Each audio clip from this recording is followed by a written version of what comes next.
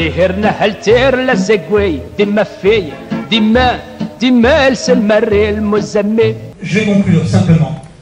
L'essence même du sionisme, je suis né dans une famille sioniste et je continue de revendiquer cela, était cette normalisation et cette autorisation, cette licence donnée aux Juifs de se réapproprier son destin et donc la parole politique. Je citais tout à l'heure Finkielkraut, compagnon de route de la LICRA, Tariq Ramadan, capable de déclarations antisémites en 2003, n'en est pas moins un parrain, un correspondant régulier du collectif contre l'islamophobie en France, dont je suis les travaux et que j'approuve les travaux, tout en considérant que Ramadan est un fasciste. Mon positionnement, notamment dans les années 2000, a été aux antipodes du vôtre, et vous avez participé à la curée, vous avez participé à la désignation des coupables, vous avez participé à cette montée en puissance de l'islamophobie, dans lequel vous avez eu votre responsabilité, Claude Askolovitch. Vous ne pouvez pas dire aujourd'hui, il faut lutter contre l'islamophobie. Il y a 10 ans, vous étiez le pourfendeur médiatique de Tariq Ramadan. Aujourd'hui, vous défendez les salafistes. Qu'est-ce qui s'est passé ? Alors, je pense toujours autant de mal de Tariq Ramadan en 2013 qu'en 2003, ça serait trop long à expliquer. 2, je ne défends pas les salafistes. Je constate dans un livre qu'on peut être plein de choses en même temps. Musulman, extrêmement pratiquant, extrêmement engagé, orthodoxe, voire intégriste, et en même temps être, mon Dieu, conducteur de bus à Marseille, syndicaliste force ouvrière, mère d'élèves, informaticien. Par exemple, je rêverais que dans notre pays, qui est pluriel, divers et où personne ne conteste, il y ait un jour une jeune femme portant un foulard islamique sur la tête qui présente le 20h. Ça n'arrive jamais, c'est quelque chose qui est hors champ.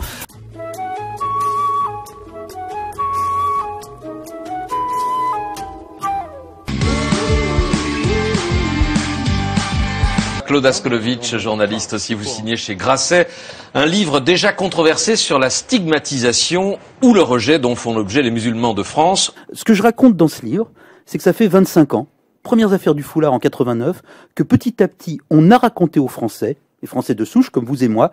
Je me demande aussi pourquoi vous ne leur avez pas demandé ce qu'ils pensent de l'apostasie. Qu'est-ce qu'un musulman qui se convertirait? Qu'est-ce qu'un musulman ou une musulmane qui épouserait un juif ou un chrétien? Ce sont des questions très importante. Que pense-t-il du djihad? Tu permets, je finis. Non, je ne permets pas. Yvan, je commence, je finis et je poursuis. L'islamisme, Yvan, ça suffit, c'est une insulte. L'histoire de Nemouche est celle d'un type qui s'est radicalisé dans l'islam radical puis assassin en prison. Raconter autre chose, c'est fait porter le stigmate, tu en as l'habitude, sur n'importe quelle famille musulmane pratiquante. On a compris.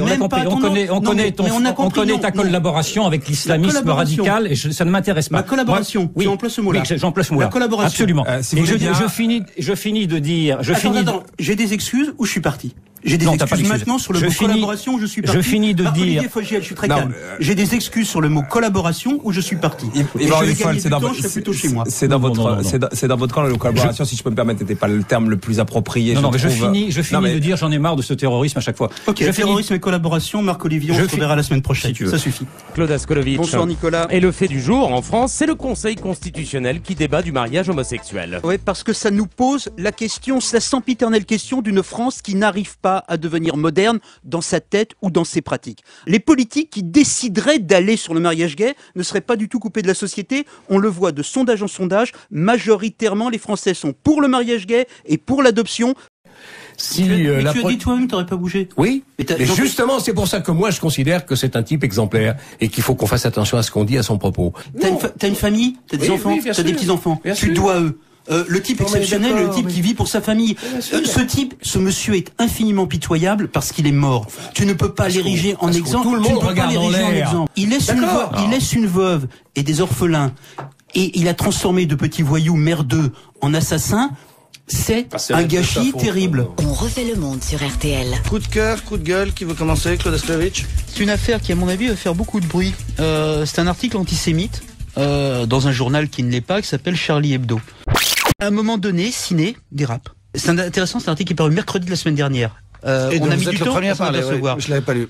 Philippe Val, patron de Charlie Hebdo, totalement insoupçonnable de cette dérive et qui est même considéré, et ça énerve pas mal de gens à l'extrême gauche, lectorat de Charlie Hebdo, comme plutôt philosémite, etc. Peu importe. Philippe Val n'a pas lu cette chronique.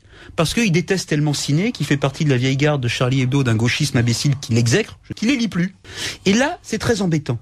Parce que Val, patron de Charlie Hebdo, va sans doute peut se payer un procès en antisémitisme pour un article qu'il désavoue, et c'est là où l'histoire de la presse est extraordinaire. On peut pas le virer parce qu'il fait partie des historiques de Charlie Hebdo. L'impuissance d'un patron de presse, Philippe Val, totalement insoupçonnable, encore une fois, ni de racisme, d'antisémitisme. Du jour, désormais, tous les jours à 18h25, l'édito de Claude Askolovitch. Quand on est dans un bar et que l'on crie qu'on aime Hitler et qu'il faut gazer les juifs, heureusement, il y a des conséquences, surtout quand on est une star mondiale.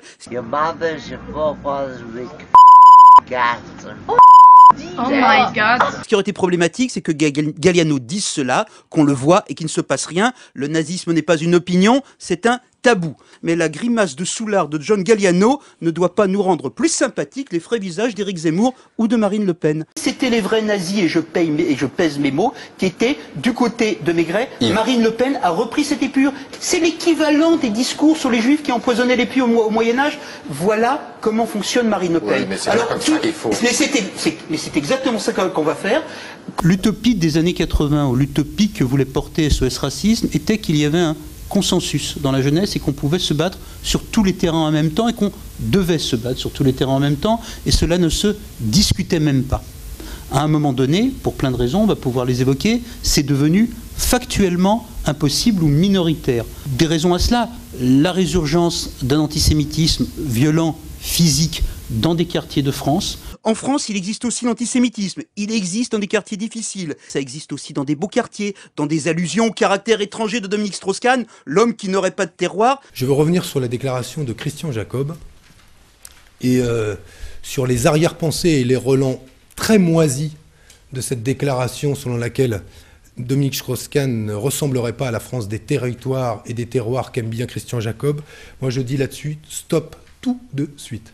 Nous avons très bien compris les relents moisis qu'il y a derrière cette déclaration. Ça vient de revenir sur le site internet tout neuf de la droite française qui pense, Atlantico, sous la plume de Paul-Marie Couteau, qui était à la fois séguiniste, chevènementiste, gaulliste. Vous voyez, ça existe, c'est subtil évidemment, parce que l'antisémitisme est subtil. C'est toujours cette haine chez ce genre d'individu, la haine du non-juif. L'antisémitisme est une chose condamnable, mais la haine du non-juif est une chose encore plus répandue. Il y aurait un complot des antisémites dans le monde. J'ai envie de lui dire, calme-toi. Je n'ai pas l'intention de te déporter. Déjà, j'ai pas le temps, Askolovitch. Et puis surtout, je n'en ai jamais émis le projet.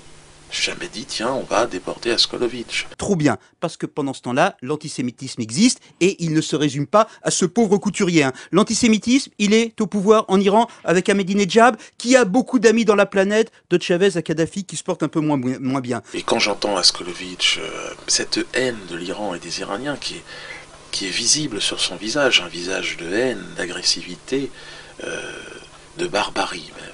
Le mythe de Jeanne d'Arc, il a été inventé au XIXe siècle par un grand historien républicain qui s'appelait Jules Michelet, qui pensait qu'il fallait donner un exemple de héros, d'héroïne issus du peuple aux populations. Pour construire la République, il fallait Jeanne d'Arc. Voilà. Ce qui est intéressant, c'est que cette stupidité archaïque fonctionne encore. Il faudrait un peu mentir aux enfants pour être un pays. C'est idiot. Il est un peu négationniste, monsieur Askolovitch. Négationniste, normalement, c'est réservé pour une bah oui, mais là, il est négationniste de Jeanne d'Arc, mais il a le droit. Il a le droit. Et puis, l'histoire est ce qu'elle est. Le Proche-Orient n'en finit pas d'être désespérant. Le boycott revient, mais il a changé de nature. Ce ne sont plus les États arabes, ce ne sont plus des États tout-puissants qui veulent détruire une pauvre petite république israélienne. Non, ce sont des militants à la base, pro-palestiniens tout aussi radicaux, un mouvement citoyen qui ne fait plus appel à l'écrasement d'un petit pays d'en haut, mais qui fait appel à la conscience citoyenne, qui se réfère de manière permanente à la misère du peuple palestinien écrasé par la grande puissance israélienne, qui se réfère à Gandhi, qui boycottait le coton du colonisateur britannique, qui se réfère à la lutte contre l'apartheid, le boycott des Orange Outspan.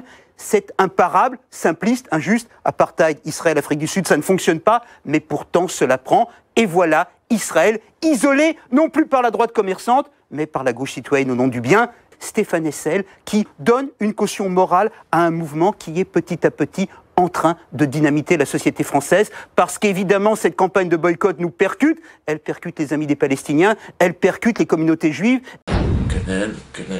Quenelle, ce signe de ralliement qu'a inventé Dieudonné, que font des gens pour mettre un doigt, comme ils disent, pour faire un défi au système, mais qui le font de temps en temps devant des lieux symboliques du judaïsme et des souffrances juives, à Auschwitz. Il ne faut pas oublier, il y a moyen inventer une chanson qui s'appelle Shohanana, inviter son public à rire des chambres à gaz avec lui sur scène. Regarde ça, on dirait un chat qui chie dans sa caisse. Et ça marche, et ça prend, et cela continue. Ça, je veux que tu le vois, je veux que tu te le prennes, je veux que tu te le manges. Alors d'abord en prenant prétexte de l'humour, vaguement. Puis en prenant prétexte de l'antisionisme, il faisait ça pour défendre les Palestiniens. Puis en prenant prétexte de son combat pour la reconnaissance de l'esclavage. Les Juifs empêchaient qu'on parle de l'esclavage au nom de la Shoah. Les Suisses ont approuvé par référendum l'idée de renvoyer automatiquement les criminels les étrangers lorsqu'ils ont commis un crime. Je pense qu'il y a un modèle suisse et que oui, des populations européennes se comportent en salauds collectifs, au sens sartrien du terme. Les autres n'ont pas à être là.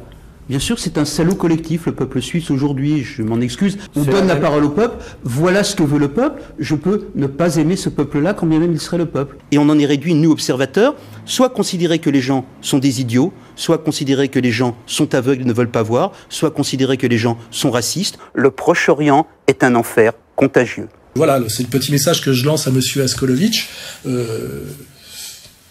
Tu n'as aucune légitimité pour parler des musulmans. On voit pas pourquoi d'un seul coup tu te mets à défendre le musulman. Et si tu veux aider les musulmans, bah, tu leur donnes la parole, comme on le fait nous à Égalité et Réconciliation. Et pas à des salafistes sous contrôle de la DCRI qui crient à la Akbar chaque fois qu'une caméra se présente. Non, aux vrais musulmans du quotidien que nous côtoyons, nous, et à qui nous donnons la parole à Égalité et Réconciliation. Les Français ne veulent plus de toi. Fais ton alia, dépêche-toi, hein? Voilà, salut Askolovitch. تهرنا هل تهر لزقوي دم في دم السمر المزمي